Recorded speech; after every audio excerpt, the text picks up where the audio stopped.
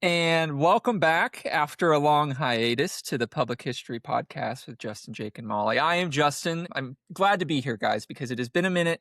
We took our spring break. We took our little, 3 weeks of siesta. There was a sickness week in there too, but we'll get over that.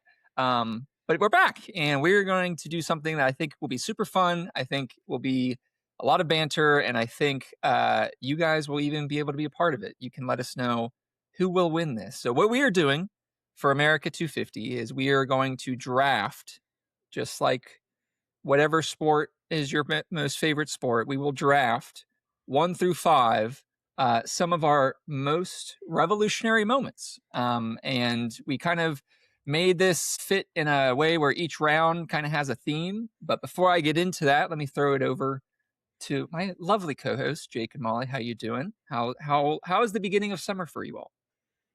You guys, I forgot what you looked like. I forgot what you sounded like. I feel like it might have been longer than 3 weeks. I feel like it's been maybe 2 months, but it's really good to be back. Yep, it's good to be with you guys. And yeah, it's been a bit. I feel like a little out of the groove. But we're gonna get back into the groove, get some more content for you guys. And yeah, and this is a great trio. I truly love hanging out with you guys. So this is a lot of fun. And I'm really looking forward to picking some revolutionary moments for us to discuss and maybe even mock a little bit. Maybe mock. That is going to be, we will see when we get there. I will say, to kind of set the scene for everybody, we have some ground rules. So we, at a previous get together, determined the draft order via a random, I believe it was a duck race, like a little cartoon duck raced across the screen. Molly, do you want to say the results of said draft order? I would love to, because I am the champion. What people don't know that maybe they would like to know is that we did record a pseudo episode and it was too bonkers to be released. So maybe one day Jake will release the files on that one. It'll be the lost tapes. Yeah. Yeah, the lost tapes. But the order was me 1, Justin 2, which is not the good. You don't want to be 2. I believe you are the worst. And then Jake That is is correct. 3. That is correct. And we will be doing this in a quote unquote snake order. So that means it'll go Molly, then me, then Jake. Then Jake will pick again, then back to me, then Molly will pick again, then back to me, then Jake, and so on and so forth. We have 5 rounds. We determined in that episode, the lost tapes, the files, the public history files, if you will, that the categories can be drafted in any order. So I will read off those categories to you now. So number 1, the first category that we must fill is foundational revolutionary moments. So that is just a pure foundational revolutionary moment. Which one to you is the most consequential? Which one do you change the world? Which one do you want to make the argument for? Number 2, political turning points. So this could be less of a revolutionary moment, but more a shift in culture, a shift in thought. Excited to see where that one goes because I'm sure we're going to have some wild ones for that. Number 3, a cinematic revolution. I hope we're not going to make this a, you know what, I'm not going to lead the witness. I'm not going to say anything. Don't say Cinematic revolution in TV, film. That is all I will say. Number 4, best revolutionary. So this is also very broad. You could take that in a bunch of different areas. And then number 5 is the wild card section where all of us, I'm sure, are going to just, it is a wild card. You can do whatever you want with that number 5. I told them that the goal of this episode, and the audience will get a vote, and we'll also bring on a guest to rank our choices.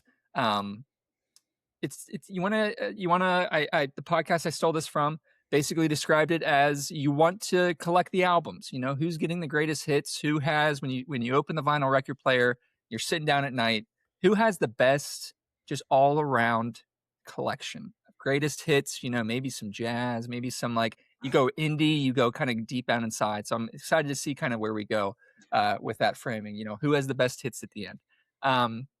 So with that, we are going to, I think, get started. Yes. Wait. Justin, I have a question.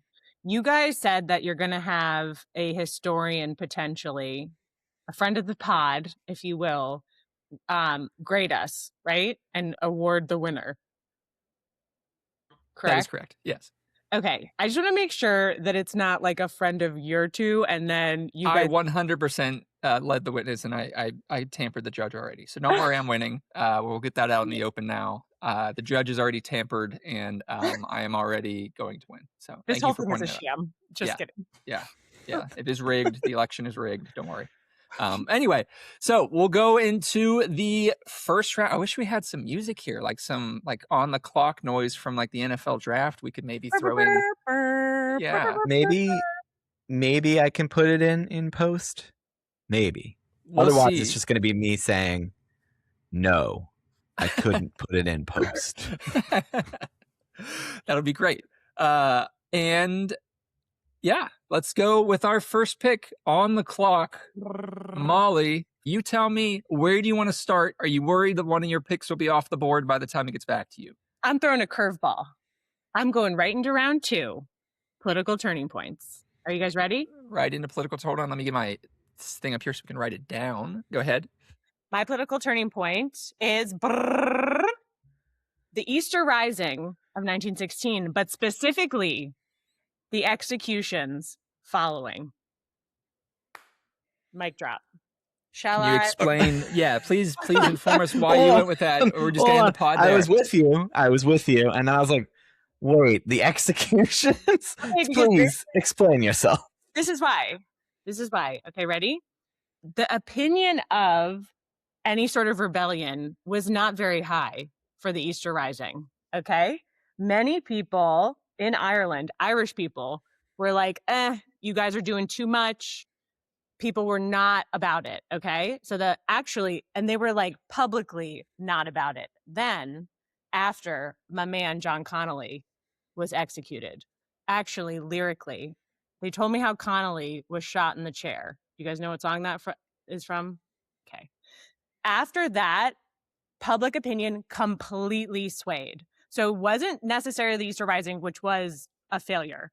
It was the executions afterwards that rallied the people together and like totally flipped the script. So that's why I chose it for a turning point, because you can clearly see pre and post executions how, I mean, come on, it like spurred generations of young men to join the IRA. So that's why I picked it, and I stand by it. I think it's interesting because I'll get to my pick here in a second, but my pick kind of, I think, also will influence this. Can you explain more, Molly? Like what's going on in 1916? Why is this Irish against who? Like, just give us a little bit of a background of what the moment is about. Do you know who the Irish against who? You don't know? I maybe know for the audience. For the audience. Okay, here's the setup. I actually wrote some notes. So Easter. The British are bad. The British are always bad. Okay, so for real though, I'm not kidding you guys, and I don't know if this will get me canceled, but growing up, like I was not like the IRA were the good guys in my family. So I'm sorry to say, but that's true. And I kind of still, it's like something that's still in my heart. I know that's not good. I know their methods weren't good, but the Ireland was occupied by the British, and they still occupy it today, even though Ireland should be completely free from the British. Okay. So in 1916, a small group of men rallied together, and they got about, let me see my notes, about 1,600 members of the Irish Volunteers and the Irish Citizen Army. They seized the General Post Office in Dublin, right? It was Dublin. Mm-hmm. Yeah. And basically it was like a shootout, and they held it for like almost a week, I believe. And then the British bring in artillery, a gunboat, they shell central Dublin, and about 260 civilians die in the crossfire. Then there was this dude, and Jake, maybe you can help me remember his name. I think he was called Bloody Maxwell, and he was he's this major general. And he held, after this whole rebellion, he held military courts and sentenced like 90 rebels to death. And after the rising, and it was a total failure, 15 were executed in, how do you say that? Kilmainham jail. It's that jail outside of Dublin. Anyway, it was like some people that were not even a part of the uprising, some people that were like almost like heroic, like stature to that point. So they kill these people, and basically the executions after that dragged on for like days and weeks, and public opinion, as it was going and going and going and going, like got more and more and more and more favor of the rebels. So British bad, they occupied, and then the Irish fought back. They were unsuccessful, but in creating this revolution and then the execution afterward, the like heroic nature of the rebels just grew and grew and grew. How was that? That's It's pretty good. good. It's Thank good. you. It's you can draw that direct line between the Easter Rising and the Irish War of Independence that comes in the aftermath of World War I, and then the Irish Civil War that comes from that. Yeah, And it's a foundational moment in modern Irish history, and one that I will say, and Molly and I have discussed this before, I have become recently obsessed with Irish history, having no Irish ancestry myself, but very interested in this time period. So and I I give will you a here on this. and I will say I chose this one because I was like, I can't put too much Irish history, so I was gonna choose something else for another category, but spoiler alert, you will see what I chose. I did not choose it. But I think Jake will know what I might have chosen for a different category. And I got the opportunity to visit Dublin a couple of times, and they have in Dublin Castle this like little area where they have a plaque for James Connolly. And basically, the lyric is they told me how Connolly was shot in the chair because he was too weak to like even be to stand up to face the execution. So again, it was like this visual of the big bad British coming in and like shooting this like heroic, young, handsome, because all Irish people are good looking, Irish person. And I think his wife or one of their, I can't remember which one of the rebels is 15, but I think like he had just been married or something, and they let his wife come in for like 30 minutes before he died. It was like tragic, very poetic, very Irish.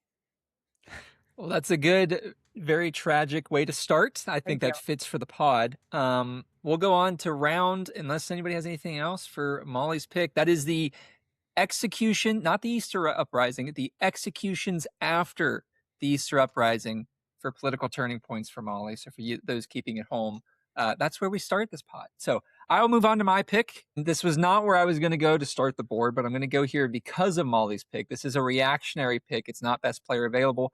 Wild card moment for me is the assassination of Archduke Franz Ferdinand, which set off the course of events that began World War I. Now, Molly, I say this because what is going on in 1916? Oh, There is a major world war going on in 1916. And if it wasn't for this moment, maybe the Easter Uprising doesn't exist. Maybe that's not the reason why. I know there was a little bit of a British fear that the Germans were trying to, instill the Irish to uprise to kind of get the British off the Western Front, to kind of have them worry about something behind their backs.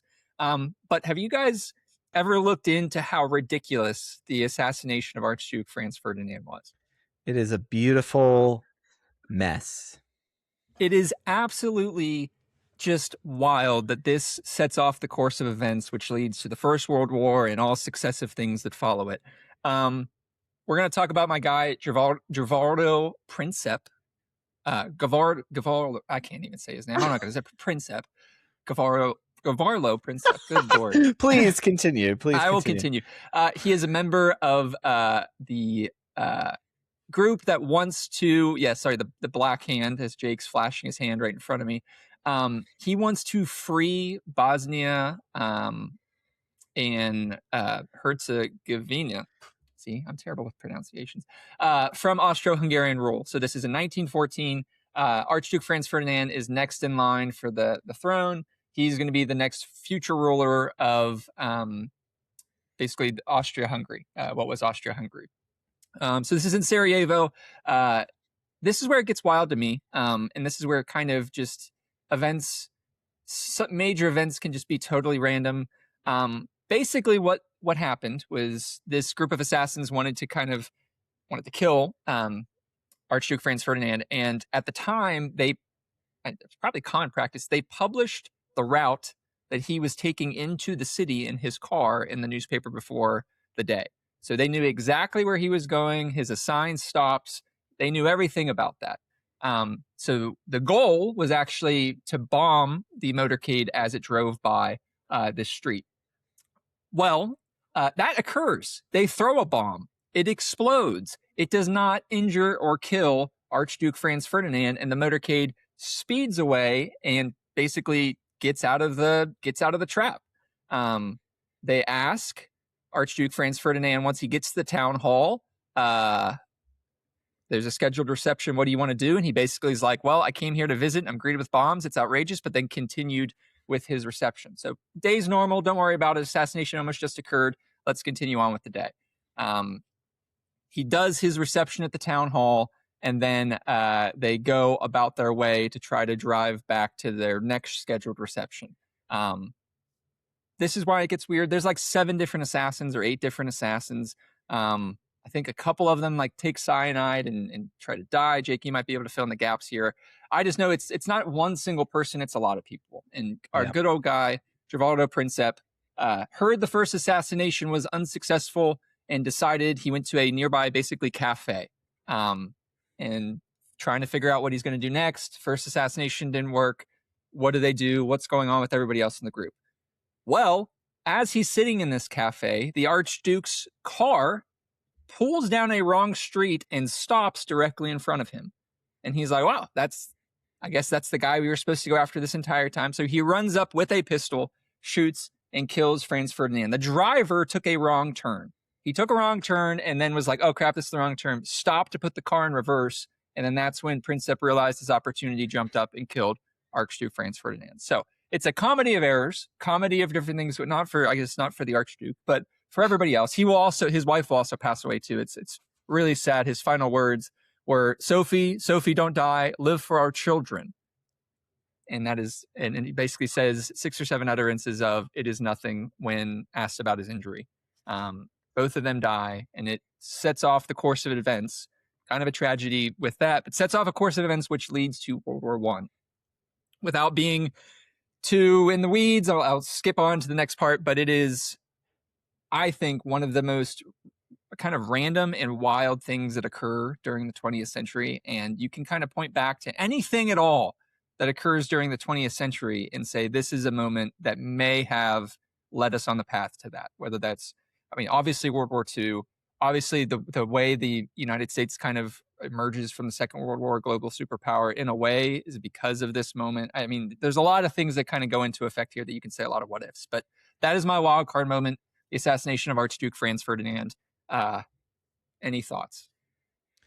Looking at, if you go and look at the events that transpire in the assassination, it's one of those moments in history that really looks fated to happen because so many things go wrong, from the bombs either not exploding or bouncing off the cars and exploding in the street, to the guys who try to commit the act of assassination, then like jumping into the river and taking cyanide that doesn't work.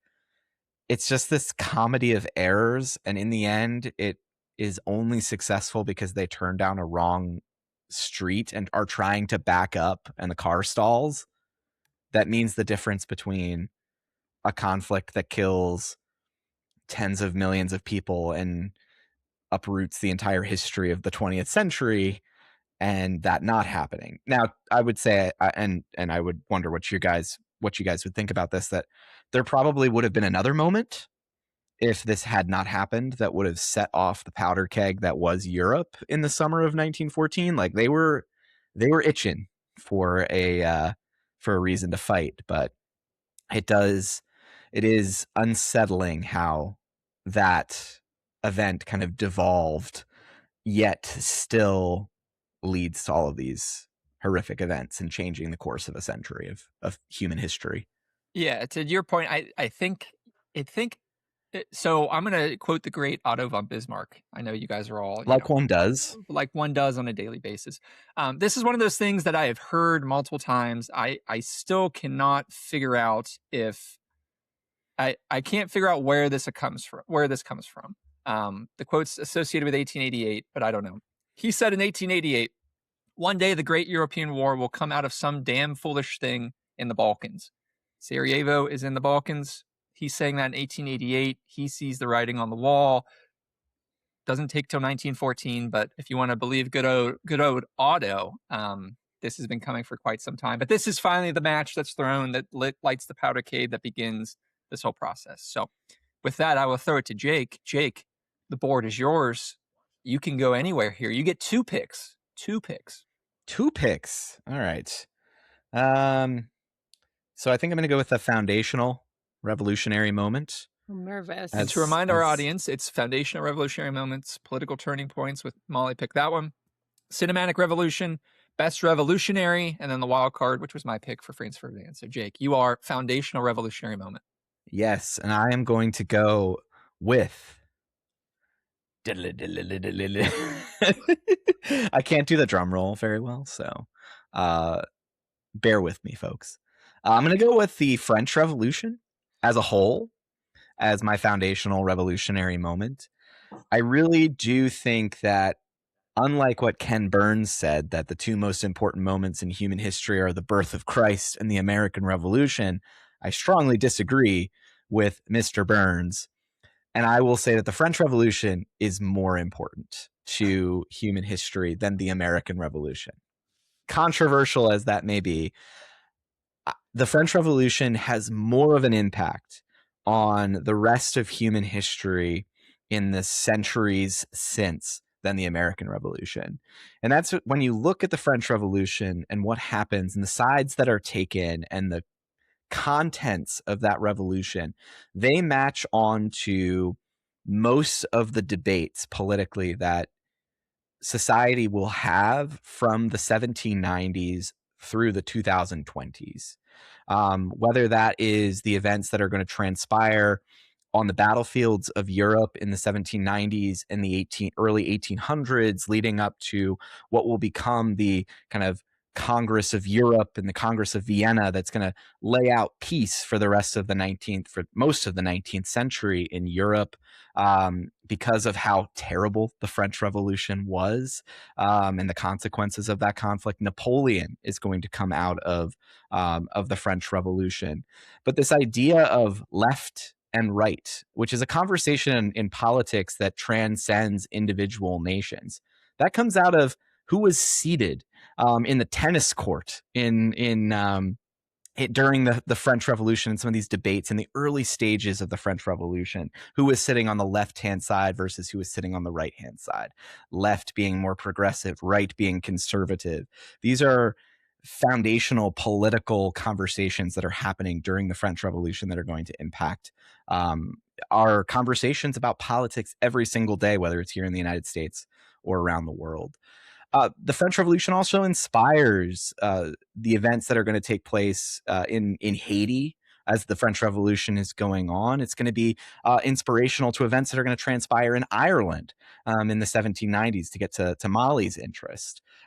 It plays a huge role in Irish politics and the effort for Irish freedom during the course of the French Revolution. And it's going to inspire one of the most important events that's going to transpire in the 20th century. And you can draw a direct line between what happens in France in the 1790s and what happens in what will become the Soviet Union and Russia in the 19-teens as a result of another conflict. We were talking about the First World War, which creates the conditions to allow the creation of the Soviet Union and the Russian Revolution that's going to overthrow the Tsar. And those revolutionaries were directly drawing inspiration from the French Revolution. And so I would say, even to how we talk about politics, how we talk about revolution, really goes back to the foundations of the French Revolution, not the consequences of the American Revolution, which is very unique and has its own, it really exists in its own little space in human history, which does impact, because of the United States becoming a superpower in the 20th century. It does impact human history as a whole, but the French Revolution has a much bigger human impact around the world than our American Revolution does. Sorry, Ken Burns. Can I say something? And can I say great speech, Jake? Wait a minute. But this is a moment, though. So I think you have to pick a moment from something. Am I incorrect? If Jake wants to think, I think yes, foundational moment. So what in the French Revolution would you Because you decide took is the mine, moment? and now I'm mad. Okay, I will say that it is much like the American Revolution has the Declaration of Independence, that the French Revolution has, in part drafted by our friend, the Marquis de Lafayette, which is the Declaration of the Rights of Man. Yeah. Isn't that also Thomas Jefferson? Doesn't he say that in Hamilton too? Yes, Thomas Jefferson does play a part in that document being formed, which is 1789. I'm gonna go look that up. Is that Okay. 1789? Yes. I just want to say, as Jake's looking it up, he's playing the hits. Like Jake is playing the hits, guys. This is, Oh, wait, top I of the. got a hit. So do I get a chance to say my round one, or is that later? That's later. You got to go for your pick here. Okay. Yeah. No, he's playing the hits. This is, Billboard Top 100. This is the pop song everybody's humming along. Oh, in I see what you're 1789. going with. Exactly. Yeah. Yes, playing Yeah. the hits. Yeah. So well done, Jake. I mean, yeah, everything that he said, I think is fair. I mean, I did not learn about the French Revolution until I got to college. That says something about the American public school system. I'm not sure what it says. I just remember being absolutely floored of like, what is going on here? Like, it is bloody. It is brutal. Whoever's in power in May might not be in power in September, and they rename the months. So whatever the new months are, absolutely wild time. And if you've never kind of studied the French Revolution, it's very hard. And I guess this would be my question for you, Jake. Like, how do you wrap your head around it? Because if you even just try to like read the Wikipedia article for the French Revolution, it is so hard to follow because everything is changing. There's so much that is there that is just impacts everything. Yeah, it is a lot. I will say a good primer on the French Revolution is another podcast, and I will say that it's the incredible Mike Duncan Revolutions podcast, in which he does dozens of episodes about the French Revolution. And it really does help make it a little bit more, I mean, it's hours of content, but it is digestible when you consume it like that. It really is like, if you take a microcosm of every other revolution that takes place since, it all happens in the French Revolution. And I think one of the things that I always come back to and remember about it is kind of the idea of the revolution eating its own, which is a comment that comes out of the revolution as it descends into violence and bloody retribution as you head towards the terror, which, every political side is killing its enemies in the public square, beheading, the guillotine. I think it is just, when you start getting into the weeds, you can take a large scale understanding of it and look at it from 30,000 feet. And that's very valuable to understand human history in the modern world. But when you start getting into the granular detail, it really helps to bring to life all of the other political debates that we have had throughout the world. Doesn't matter what region of the world, these kinds of conversations are always happening, especially in a revolutionary context. If you look at revolutions around the world since the French Revolution, they all have elements of what was there in the 1780s and 1790s. I am writing this down. So it is the publishing of the rights of man, correct? The Declaration of the Rights of Man and Citizen. And it is 1789. Jake gets to go again now, which he does get to go again. Seems a little unfair, but that's okay. That's the nature of the snake draft. That's he's the last on the board, so he gets to pick twice in a row. So Jake, I think we are moving on from your first pick, which is the French Revolution, the Declaration of the Rights of Man, for foundational revolutionary moments. Where are you taking us next? I'm going to take us to cinema. Oh no! Here we go. I'm afraid I'm gonna. I don't know what you've got, Justin, but I'm afraid I might hurt you on this. I'll be curious to hear what you've got for this. I think you continue. both think the same thing. So I'm gonna go to the world of television, and history television in particular, and I'm gonna go with my beloved HBO miniseries Band of Brothers as my cinematic revolution, which is 2001, the week of 9/11 happening, is when Band of Brothers debuts on HBO. And it's a series, I'm sure most listeners know about Band of Brothers, but if not, it's a mini series that covers the lives and experiences of Easy Company in the 506th Parachute Infantry Regiment of the 101st Airborne Division in the Second World War. Follows them from D-Day through from training to D-Day through their entirety of their World War II experience.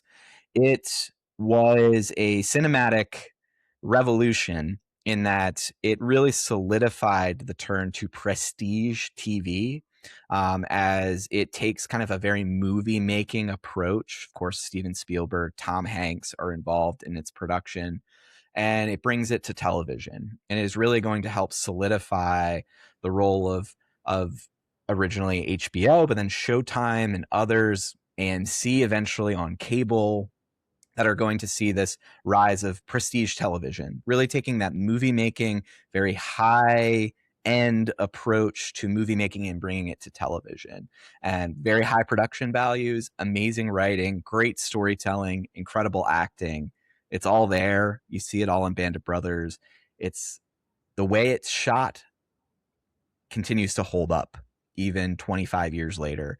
You can go back and watch Band of Brothers, and there are very few scenes in there, as it was shot with mostly practical effects.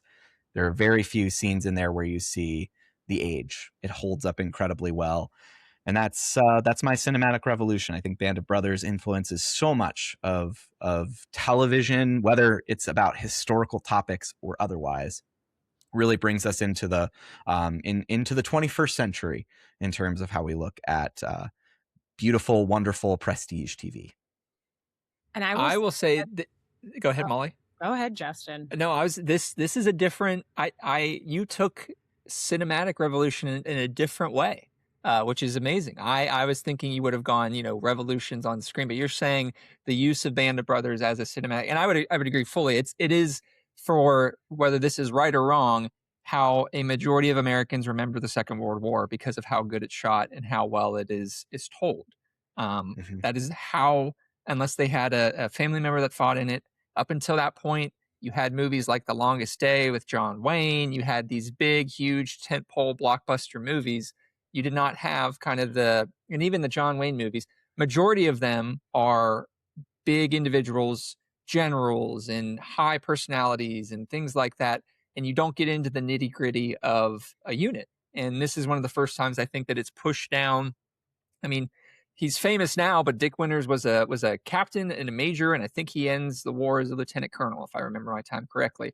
That is on the list of military. That is so low on the totem pole, and yet he is just this figure that is almost larger than life with how they interact. And then also too, you mentioned that the inclusion of the interviews of the veterans themselves, I think, is something that is just absolutely a brilliant piece of writing, because you hear it from them. You hear the amounts, the different feelings they had at the beginning of each episode. It just, well done, Jake. This is good. This is a good.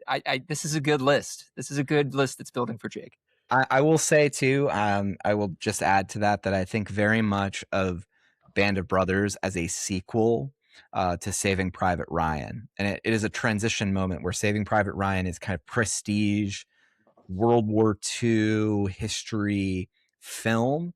And they brought that approach and even a lot of the visual styling from Saving Private Ryan and brought it to television with Band of Brothers. So there is that kind of important pivot moment between the film and the show. And there's so many different ties that connect the two. So I would say you could trace that back to 1998 and Saving Private Ryan.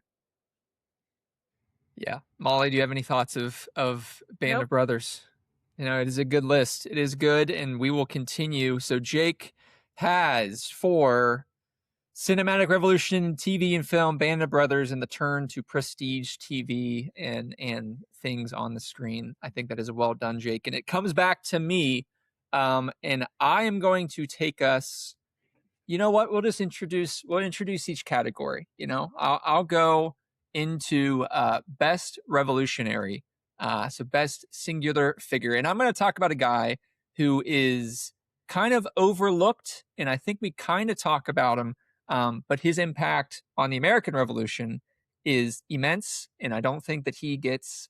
I'm not saying for Lin-Manuel Miranda to write a musical about him, but he does not get the credit he deserved, and that is Nathaniel Greene. Nathaniel Greene is a general within the Revolutionary Army. He is not flashy battlefield guy. He's not Benedict Arnold. He does not, storm the ramparts. Nathaniel Greene is basically the quartermaster, and I forget what his other duty was. I'll look it up here in a second. For the I almost said Army of the Potomac, for the Continental Army. And he is hand chosen by Washington because Washington realized how bad of a, I'm just kidding. Washington realizes that he needs somebody like Nathaniel Greene in this role. So he is the person is basically the commander of the quartermaster general of the army. He was appointed in 1778. So he is the one that is helping the army fight through Valley Forge and all the supply problems and helps everything kind of in that side of the war. He is sent down south as the commander of the Continental Army in 1780, and then has successful campaigns against Charles Cornwallis, which we saw in the movie The Patriot. And I'm just kidding. That was a joke for everybody who's listening. And he suffered a series of tactical defeats, but it is his kind of campaign which pushes Yorktown, pushes Cornwallis up to Virginia, which then is where Washington will trap them, where the French will come in and kind of surround the British and convince King George that the war was not worth pursuing anymore due to its cost. He is just, I don't know. Nathaniel Greene is an interesting guy that I think if you poll anybody, they're not going to be able to tell you a single thing about Nathaniel Greene. And it's one of those guys who he's so proficient in his job that he is just unsung. And I wanted to give him his laurels here. So for best revolutionary, I'm putting Nathaniel Greene. Just because I want to give him his due. Any thoughts for you guys for Nathaniel Greene? Any questions? Suck it, Washington. Yeah, suck it, Washington. I'm not done with Washington yet, but we'll continue. Those are my thoughts. That's his entire thoughts. No, Greene is currently buried in Savannah, Georgia. So I'm going to say Nathaniel Greene for best revolutionary. And then I will throw it back to Molly if we're done with Nathaniel Greene. Back to Molly for you get back-to-back picks. Now it's your turn for back-to-back picks. So Molly, where are you taking us? So for round number 1, Jake stole mine, even though I listened to the assignment and I picked a moment, and mine was the storming of the Bastille, but I will not choose that because I don't want to go too French. Why not? No, I mean, don't want to go too French. That is, you did pick the French Revolution, so Molly has to pivot here. I have another pick. My pick is the 1973 Supreme Court case, Roe v. Wade. And I'm going to tell you why. So it was 1973. The Supreme Court ruled 7-2. It was not even close. Okay. It wasn't like today where we have some nonsense going on. Overwhelmingly ruled. First time that the Constitution is interpreted to protect reproductive rights. Huge revolutionary moment. They will change the course of history. Actually, Norma McCreevy, who was the Jane Roe at the time, actually didn't even have an abortion. So it was like the Roe and Roe v. Wade, she never did. And actually she flipped later in life to be part of the pro-life movement. This one is near and dear to my heart because growing up in Catholic school, I was bussed in to the March for Life marches in Washington, D.C. So growing up, I got like a very different history of this. But obviously, when I have used my brain and learned about the world and also being a woman, I changed my tune. So the reason why I picked this is because it affected an estimated 1 million women per year who had been seeking illegal abortions. I also picked this because I think it would be good fodder for us to talk about how this was a revolutionary moment that changed the course of so many women and men's lives for the better that was overturned. And I think that's interesting because we talk about all these moments that changed the course. And, it was like this revolution, it sparked us towards something good, or maybe some independence or a betterment of society. And in my opinion, I picked this because it was so foundational and it was such a good moment in history that 20 2022 minus 1973, however many years later, was overturned. And now I have a daughter and she has less rights than I did when I was her age. So that is mind-boggling to me, being a woman in the United States. So yeah, I'm picking it. Suck it, French Revolution. I think it's and to your point there at the end, Molly, like I think sometimes we don't realize that history sometimes isn't linear. It isn't a constant up, up, up, up, up for whatever you want to think. There are periods in time where history will, you kind of fall backwards and you kind of lose yourself and you're like, what, how did this happen? Like they had it. So things were going well. Jake, do you want to say, you were about to say something there? Yeah, it's about the arc of the moral universe. It does not, in fact, bend towards justice. It does not, and history teaches us that we might want that, but that's not the case. And I think, Molly, what I was thinking of is, as you very rightfully talked about, I think Roe v. Wade is a crucial revolutionary moment to understanding America in the late 20th and early 21st centuries.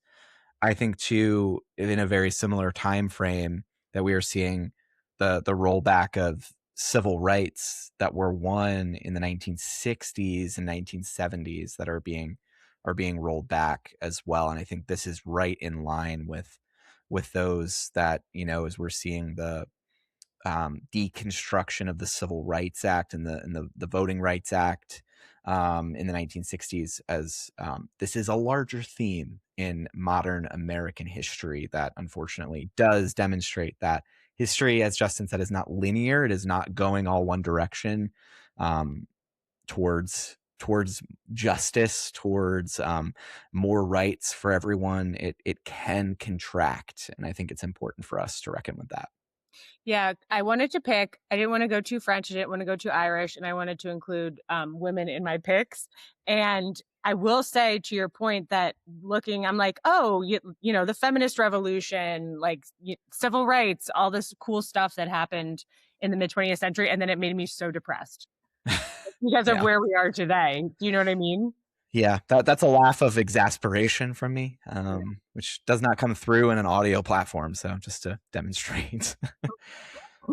That is right. So, Molly, do you want to continue with your next? Where are you taking us now? So we have, Molly has for foundational revolutionary moments, 1973 Roe v. Wade, and she also has political turning points, the Easter Rising, the executions after the Easter Rising. So you have cinematic revolution, best revolutionary, and your wild card available. Where are you going next? Okay, I will pick round 3. I'll pick cinematic revolution, but my best revolutionary I picked like 3 weeks ago when we talked about this, and then I saw Jake posting a bunch about this person, so I think he might pick this person. So I'm gonna wait and see because he can probably describe. I don't know though. It was on your Facebook. We're gonna see.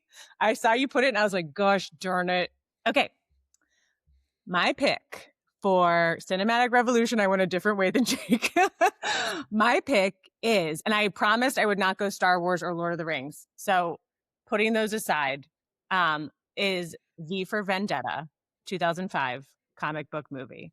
The reason why I picked this movie is because the Guy Fawkes mask following this movie was used in every cool, I guess we could call them revolution, but it was like literally the face of so many of these like counter protests and different things that were popping up, like pro-democracy protests that were popping up all around the world. Anonymous and all the like the Occupy Wall Street people.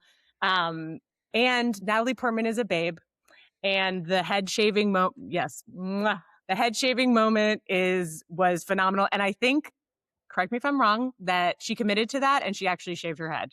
So that's revolutionary in itself.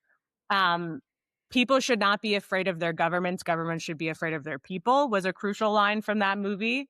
And I think it encompasses the entire spirit of revolution. I think it also, public history, put your public history hat on. It made people interested in remember the 5th of November, the gunpowder treason and plot. So for all those reasons, I think the author of the comic book like disavowed it, but I don't think it was because the movie was bad. I don't think it was because it was like any sort of, I don't like the spin this is taking. I think he hated like the producers and the directors, like so many auteurs do with their works. So I am picking V for Vendetta, 2005. I have thoughts. Go ahead, Jake. I have thoughts in that. So I'm. Natalie Portman?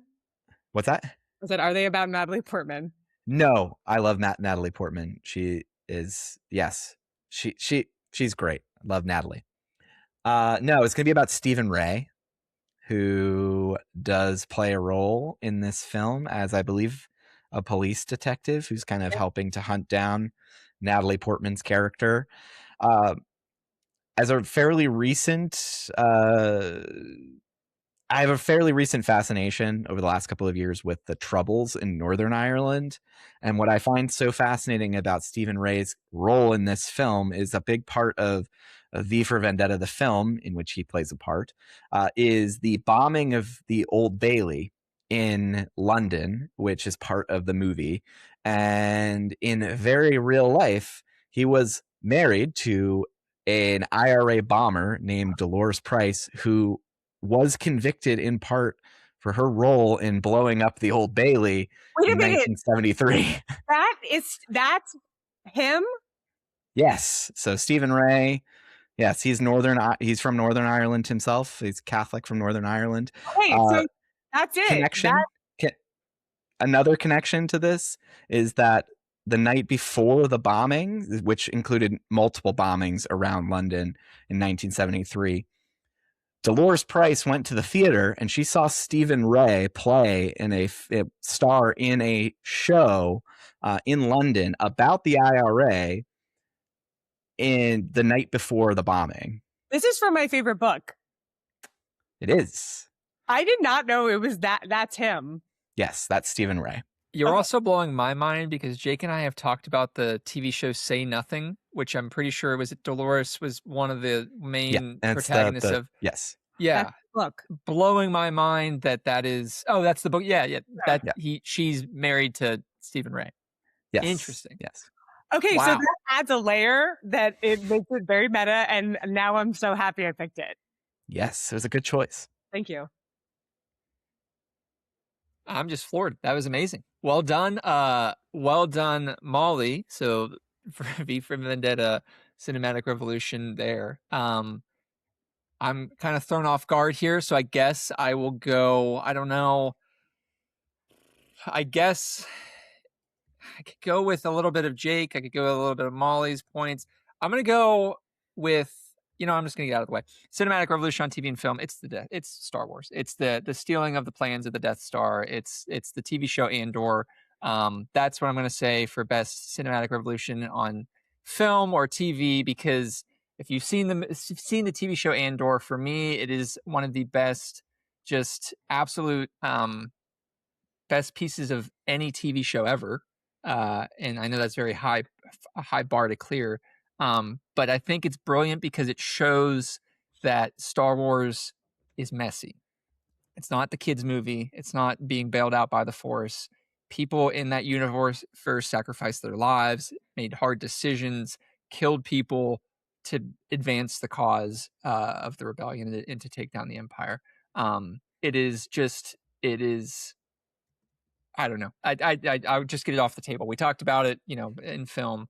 I don't need to, I think, go into whole detail and explain more. I feel like everybody who listens to this is probably, the Venn diagram of that is probably also a Star Wars fan. At least I hope. So that is what I'm going to say for best cinematic revolution in TV and film. It is the what is depicted in Andor and Rogue One and the first Star Wars movie, Episode 4. So that is what I got. I don't think we have to spend a whole lot of time on that. So I will throw it to Jake unless there's any points about Star Wars that we want to make. So I couldn't agree with you more. I'm really proud. Thank you. So I'll give it to Jake. Jake, where are you going? All right. So I get to go twice, right? You do. Cool. I am gonna go. Let's see. All right, I'm going to go with my political turning points. And all right, so last time you threw me, like I picked a whole revolution. You're like, pick one moment. So I'm going to ask a question here. Is it okay that I take the length of time of a political turning point, let's say 4 to 5 months? Is that okay I think that's fine because I for the think you group? can make the argument a political turning point is you could say a 7, 8, a decade maybe over time, a slow burn, if you will. So I will give you the 4 to 5 months. Cool. It is upheld. All right, so I'm going to go with the summer of 1945. We are ending the Second World War. I'm going to take it really from the death of Franklin Delano Roosevelt in April 1945 through to the atomic bombings of August 1945 and the real end of the war, the end of the Second World War. And why I choose that moment in time as a political turning point is it's the dawn of the Cold War. It is the initiation of what will shape the world from the end of the Second World War to our time today and ushering in a nuclear world. As Harry Truman becomes president, FDR dies of a stroke at his kind of retreat in Warm Spring, Georgia. Truman, this very little known vice president from Missouri, ascends to the presidency, did not know about the Manhattan Project, is read into the research going on into the atomic bomb. And as he is being read into this and he's learning about this, the war in Europe against Nazi Germany is racing towards its conclusion and ends in early May of 1945. And so now there's this question of how do we start to put the world back together? Soviet Union is really trying to gobble up territory in Europe. There's a meeting in Germany in Potsdam where you have Winston Churchill and Joseph Stalin and Harry Truman all together as they're trying to sort out what Europe's going to look like. But the war is still ongoing in the Far East. And you have Japan who's holding on. There's fighting going on there.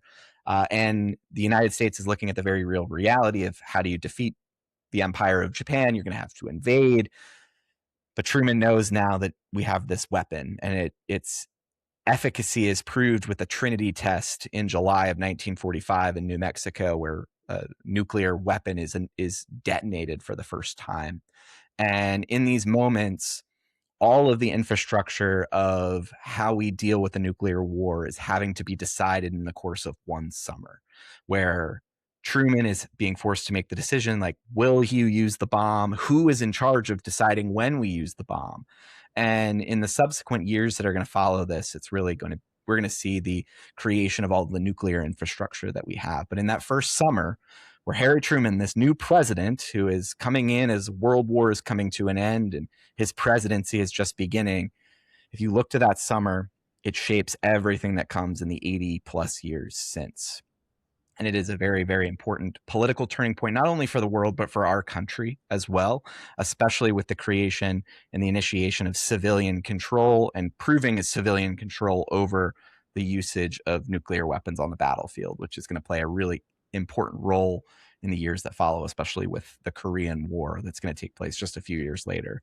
All of those decisions are being made in an incredibly difficult, turbulent time in human history. And I would say that this is one of the most important political turning points in human history as well. I think I'm doing a very bad job of emphasizing other people's picks, but the reason I like this pick a lot is because Harry Truman was not a part of the Manhattan Project, did not know about it until he became the president. FDR dies, and it's like, oh, hey, Harry, by the way, you're a former haberdashery owner from Missouri. By the way, we have this bomb now, and it can destroy everything. And within 4 or 5 months, he has to set the stage in order to figure out how it's used. Mind-blowing to think about, specifically that type of era of, here he is fresh on the job, and you're told within your first day, oh, hey, by the way, we have a bomb that can kill everything. You want to use it? Maybe not. Maybe. I don't know. And what do we do when we use it? So, yeah, I think this is a great pick. Harry Truman was my high school history teacher's favorite president. So shout out to him.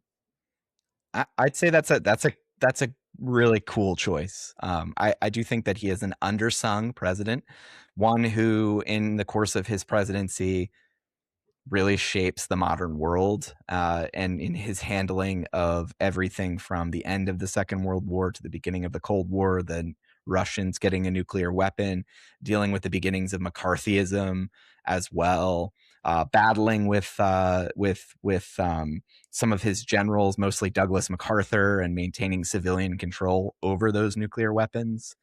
Which was not a And popular thing at the time either. no, MacArthur no. is one of the heroes of World War II, and Truman, who no one elected at the time. Well, I guess this would have been after the election, I guess. Yep. So they elected him to the presidency, but still, to be able to stand up to MacArthur, and basically say, no, you're not dropping nuclear bombs on China. That's not a thing you're doing. Yeah. It's wild. And I will say too, just to kind of make a connection to a previous conversation that we've had in the course of this draft, is that you can really look at desegregation of integration in the United States, and Harry Truman plays a major role in that when he integrates the United States military. And that, as a Missouri man, somebody who grew up in Missouri, a segregated state, his role in integrating the U.S. military is going to set the stage for integrating baseball, then schools, then the country as a whole. So you can really trace Truman as being an essential role in that important part of American history in the mid-20th century. Which, for those at home, yes, the United States military that fought and won World War II was a segregated military. People forget that. It is not like today's military. It was a segregated military. Shout out Mr. Elgin. Mr. Elgin's like that. That's a hip. That's a great selection. Also, like the young, cool teacher. So he probably had like a Dewey defeats Truman picture on his wall, didn't he? You know it? Yeah. Well, that's good. Harry Truman. And the let me get to the moment. It is the summer of 1945 as political turning points for Jake. So Jake, well done. I believe you're still on the clock for your next pick. Cool. I'm going to go with my revolutionary. So I'm very curious for the one that you thought, Molly, because I think this one, I don't think this is what you were thinking. So I'm very interested to see the one that you thought I was going to go with.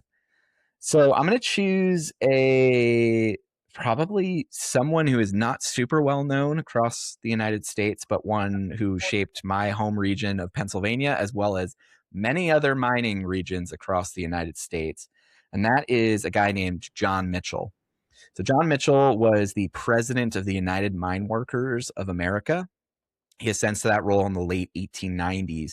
And why I choose him as the revolutionary, as my best revolutionary, is that he played an essential role in shaping the labor movement as the United States heads into the progressive era.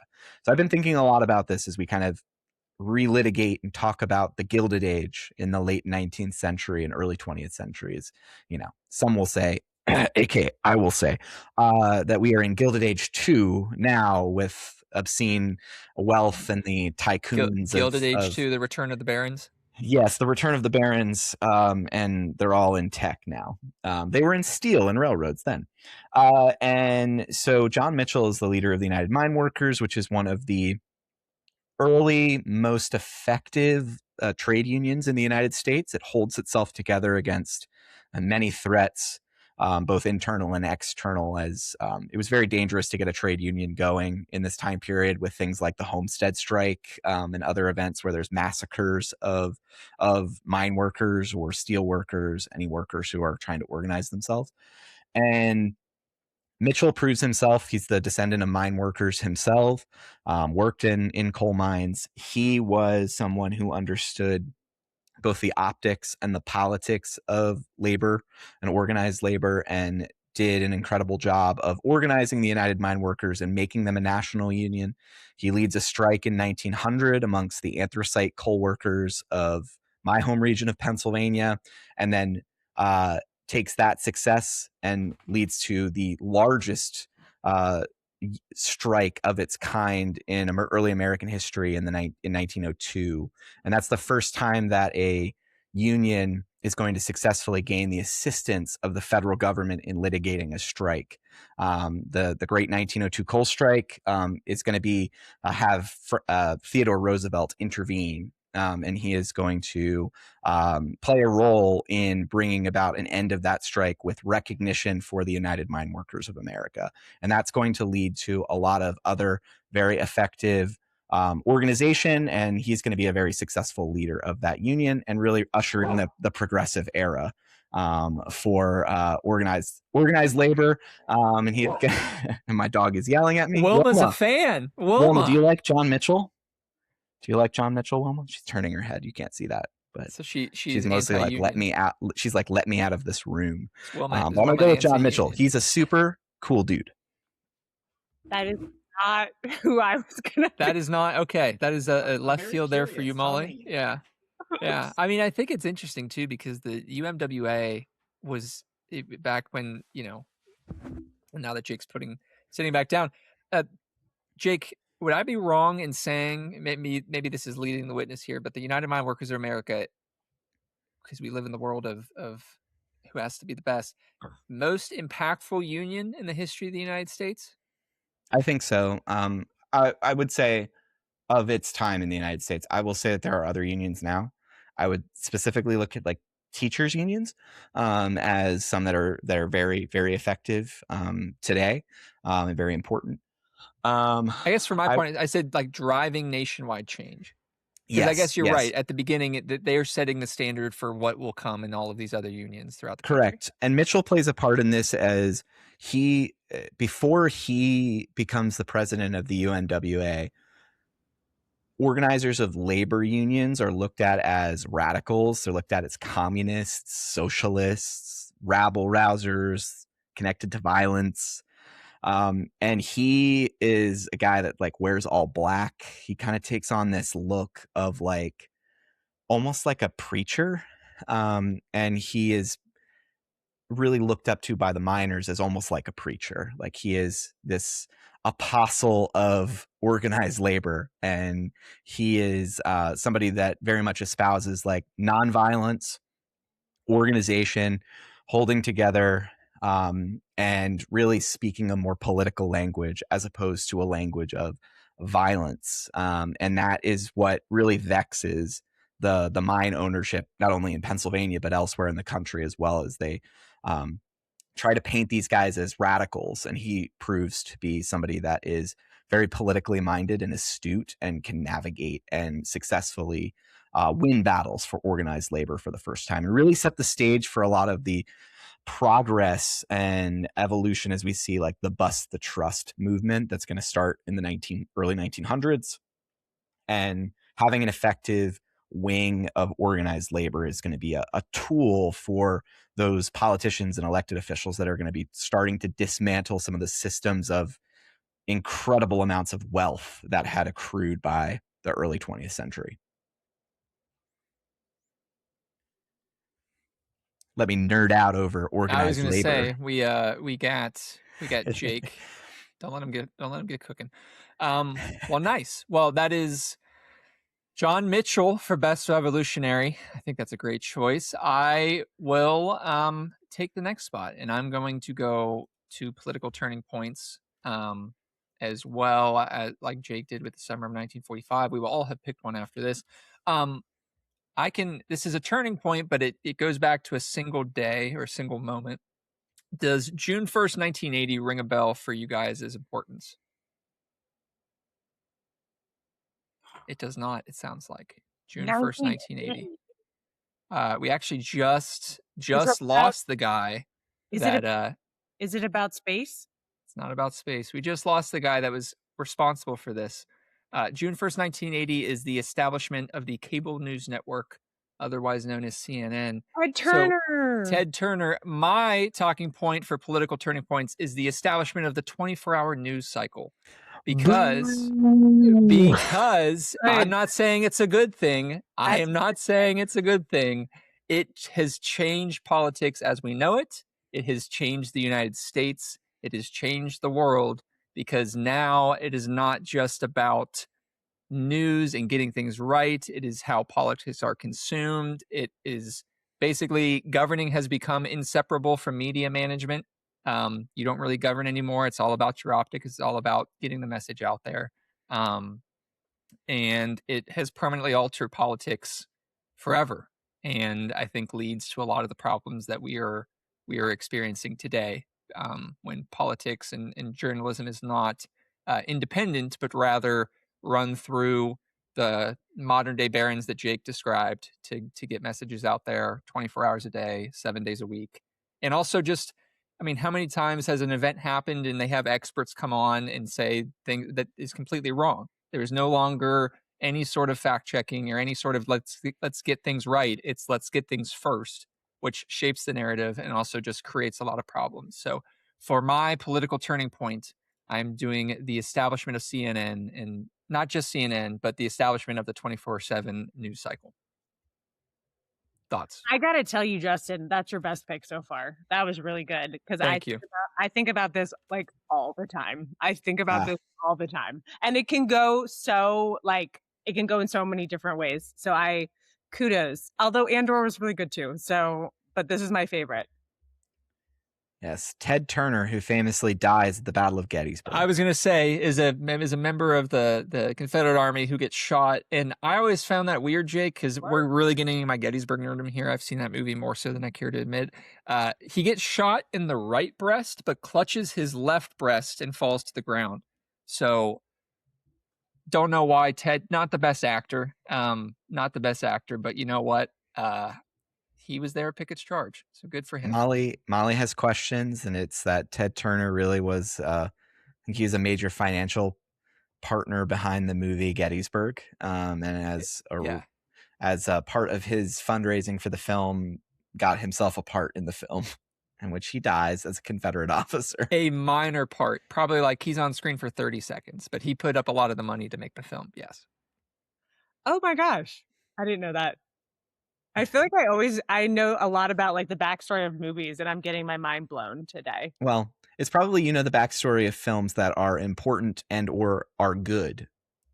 Yes. And Gettysburg is not among those films. It's not like glory. Different time, different things. It's important, whether we care to admit, because it's not important. It is important, Jake, because I think a lot of people get their history, much like Band of Brothers in the positive sense. Gettysburg, maybe not the most positive sense. But I will tell you, I think we've talked about this. I don't know if I'm here without the movie Gettysburg. So here we are. And here is in like talking about history in this podcast. So I digress. So we love it. Is it my turn? Molly, it is back to you. So I'm looking at the sheet, and your last two are the last two. Best Revolutionary and Wild Card. We need both of those from you, and then you will be done with your picks. Okay. My Wild Card pick is a little bit similar to what you just did, okay? And it is the Supreme Bush v. Gore decision of the 2000 election. How old were you guys at this time, ladies? 7. I was 6. Okay. Well, I was 15. I wasn't that old. But I remember this being like the biggest thing ever. And my dad just being like, this decision is going to change the course of, and my dad is hyperbolic. I love him so much. And he was not a Bush fan. But he was like, this is going to change the course of everything. First of all, it handed the presidency to somebody who did not win the popular vote. So many people were against it. So many people were like, this is not good. And it paved the way for like so many political crises that followed. And you could say we wouldn't be where we are today without this decision. It made a total precedent in everything that happened. It just like blew the doors off everything at least for my personal history of presidential elections. So I'm going to choose another decision made by our Supreme Court as a political or a revolutionary wildcard pick. Wildcard. I believe this is your wildcard pick. Yes. I'll say a shout out to somebody in my Facebook comments section, my personal Facebook page. Somebody, Jack Miller, who traced all of our current everything going on in America, who recently put this in a comment on my Facebook page. Quote, I've watched this trash heap being built since 1/20/2001. We might as well light it on fire. That's correct. And he is correct. So shout out Jack. Shout out Jack and Mr. Elgin. Well, also, Molly, I think your dad, I Yeah. mean, you could say that he's dramatic, but I think he nailed this one, right? He definitely did. And it was so backstory, my stepmom was I don't want to say this, but she worked for Reagan on the political trail, and they met as Department of Labor folks in DC. And so it was very heated during that time period in my house. We are talking Cold War, like again, because there was just too much going on. So Molly has revealed that has a relative that worked for Reagan and also supports the IRA. So it's a banner episode for Molly. Listen, we contain multitudes. Okay, best revolutionary. Jake, you just posted about this person, and it's a controversial pick, but my pick is John Brown. Okay.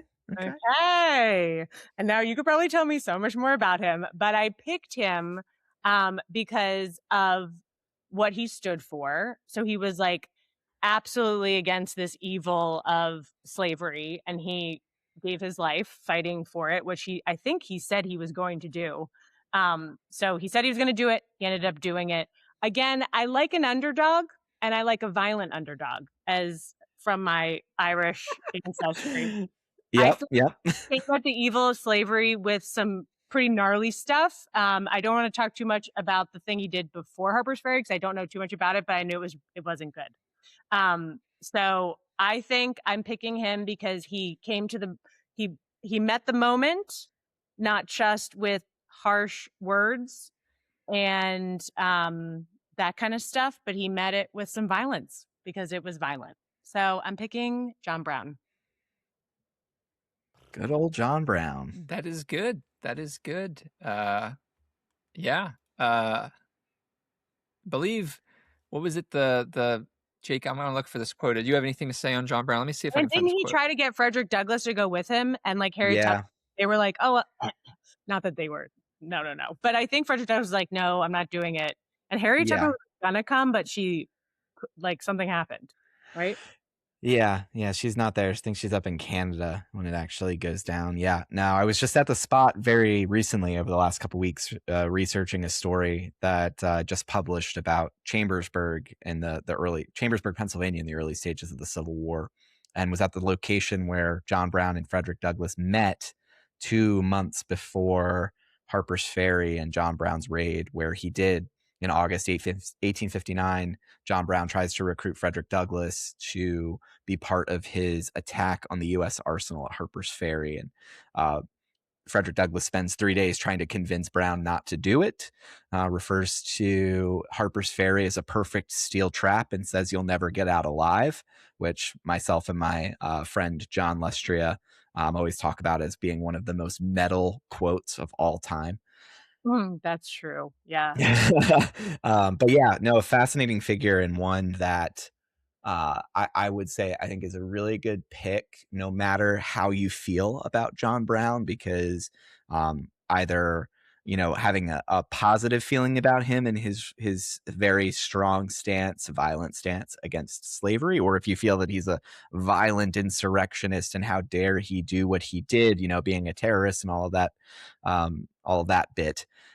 Regardless, the events that he ushers in and the wrench he throws into the American political debate in 1859, and then with the election in 1860, really sets the stage for the Civil War, which he says, that the crimes of this guilty land cannot be purged away but with blood. Probably the second most metal quote in American history, maybe arguably more than the first. It basically presages the Civil War and says that the only way that this monstrous creation of American chattel slavery, the only way that it goes away is in violent conflict, which of course, in the end means 700,000 plus dead Americans in 4 years of war. So, Yeah, I wrote down his first quote, "I consecrate my life to the destruction of slavery," and then that metal quote, "I, John Brown, am now quite certain the crimes of this guilty land will never be purged away, but with blood." And yeah. it's true. It happened. Okay, cool. I'm glad you approve. It was a controversial pick. I mean, that's good. That is very good. So that leaves me, I believe my last one is foundational revolutionary moments. And I am going to speak from kind of some ignorance here because I'm not sure fully. I'm not read up on this point of history, but this has been good. The French Revolution, Roe v. Wade are the other two choices. I was going to go.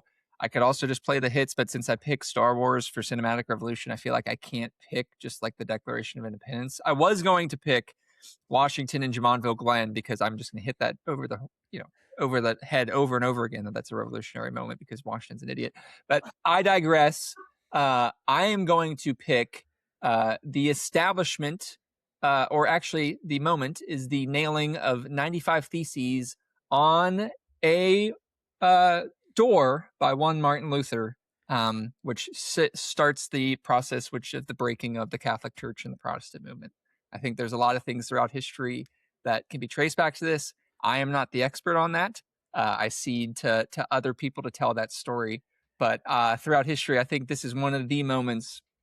I mean, we talk a lot about modern stuff, but there's a lot that goes into this, both spiritually, also just historically, and sets in a lot of debate, I guess, from that moment. So, I And love that. centuries of bloody conflict in Yeah. Europe. So Correct. good The times. church needed to be taken down a notch at this point. So I think this is a great pick. I think it also like upended spiritually, politically, like priests and all this, like, oh, paying for your, indulgences and you can give me this money and I'll get you into heaven and all this stuff. People are like, no, I'm not down with that. Also, I can just have like a personal relationship with God.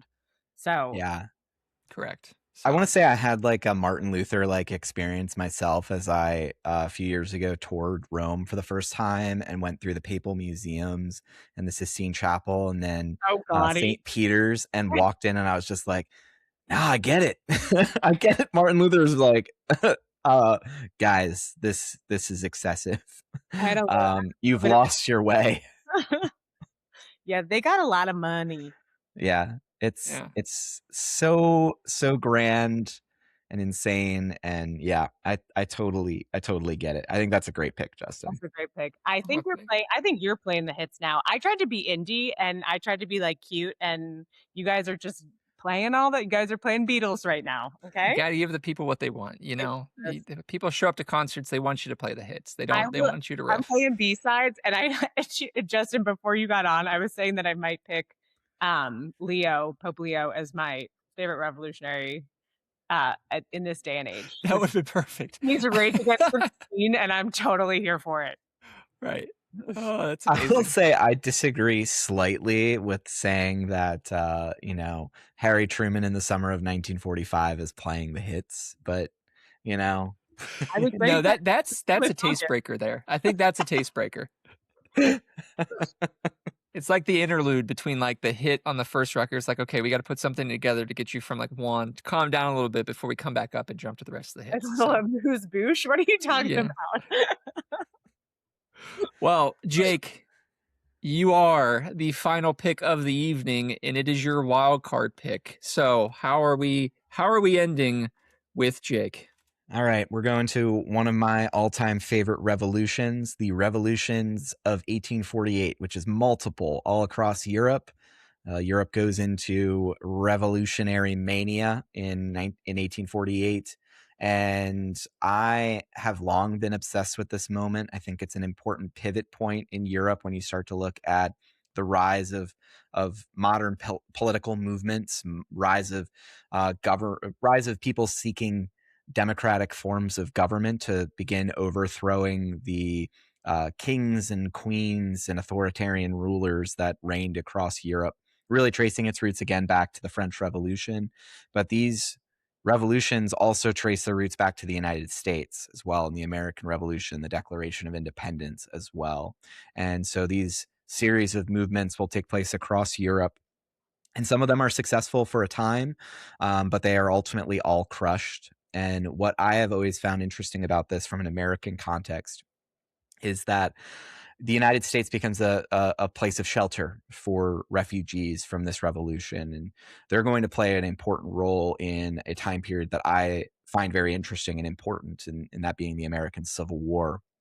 This group of revolutionaries become known as the 48ers, and many of them are going to serve in the United States Army during the course of the American Civil War, coming from places like Germany and Poland and Austria and France and Ireland, all going to be serving in the U.S. Army and participating in what they perceived as a fight for freedom in the United States against aristocracy and slave rule in the United States, and continuing on very much the battles that they fought in Europe and lost, and are playing an active role in the United States in maintaining what they viewed and what Abraham Lincoln talks about as one of these great hopes for mankind, being American democracy and standing up and fighting for a country that took them in after their revolutions failed.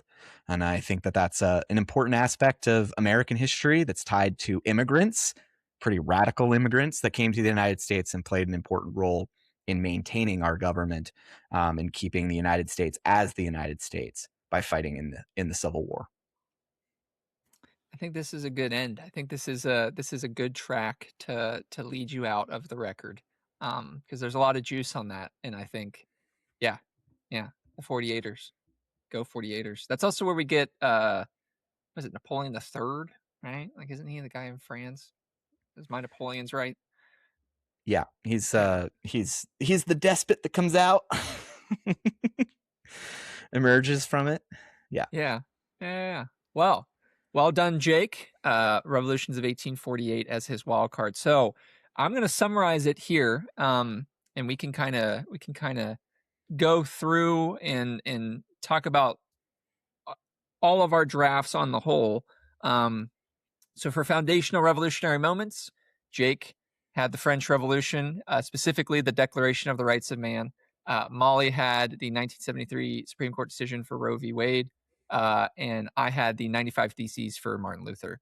For political turning points, Molly had the Easter Rising, specifically, I wrote that down, the executions after the Easter Uprising. Jake had the summer of 1945, FDR's death to the atomic bombings. And then I had June 1st, 1980, the establishment of the 24/7 news cycle. Cinematic revolutions, Jake had Band of Brothers and the turn to prestige TV. Molly had V for Vendetta. What specific, do you want me to add anything for our judge here? Anything, just V for Vendetta that just as depicted, any specific parts for V for Vendetta? Justin, V for Vendetta writ large. Okay, good to know. Just the whole movie, and also the crazy Natalie Portman connection. shaving her head. Yes, and the crazy connection that somehow the TV show Say Nothings connects to V for Vendetta. Yes. With the book as well. I had the first Star Wars Revolution, so Andor, Rogue One to Episode 4 for mine. Best revolutionary, single person, I had Nathaniel Greene, the unsung hero for the American Revolution for me. Jake had John Mitchell, the first president of the United Mine Workers of America. And Molly had John Brown, the revolutionary freedom fighter, however you want to describe him. And then finally, for wild card, I had the assassination of Archduke Franz Ferdinand. Molly had the Supreme Court decision in 2000 of Bush versus Gore. And Jake had the revolutions of 1848. Wilma has joined us. For those, this is an audio medium, so you cannot see Wilma in the shot.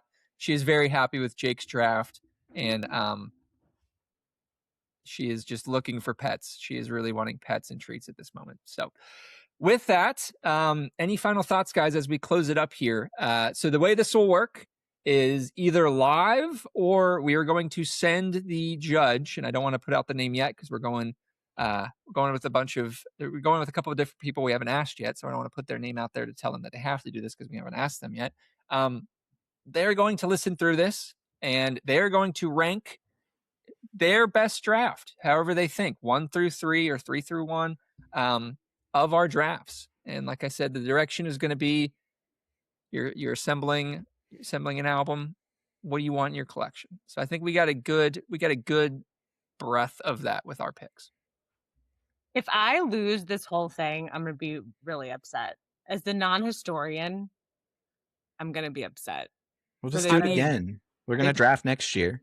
We will draft. Better luck in the 2027 historians draft. That's right. I like mine. So even though you picked the French Revolution as a whole, and I had a specific day, but that's all right. I mean, stay bitter. Yeah. We next time we do this, we'll get into the bylaws of the rules a little bit more deeply. Yeah, the commissioner needs to be a little more stringent on the whole time period. That's what we need. We need to appoint a commissioner. That's right, to announce the picks. Just get up on stage and do whatever they're doing. But yeah, so thank you for joining us for Public History with Justin, Jake, and Molly. More to follow on this. This is probably a 2-parter episode. So this is episode number 1. We will have the reaction of the special guest as number 2, and we will discuss the rankings. I'm sure that's going to be very level-headed and fair, and I'm sure that I have not already stuffed the ballot box with my picks. So if Nathaniel Green wins, then we know that it's Nathaniel Green. You got to know. You got to play the audience. You got to play the audience. But thank you guys for joining us. Please like, subscribe, and let us know how we did in the comments and give us some feedback. Who would you pick to win? We could have the People's Champ if we want to amongst the listeners of who they thought assembled the best collection of revolutionary moments. So with that, Jake, I'll throw it to you. All right. Be sure to like, subscribe, follow, share with your friends. Do it now. Thank you guys for listening. We'll talk to you again soon. Bye.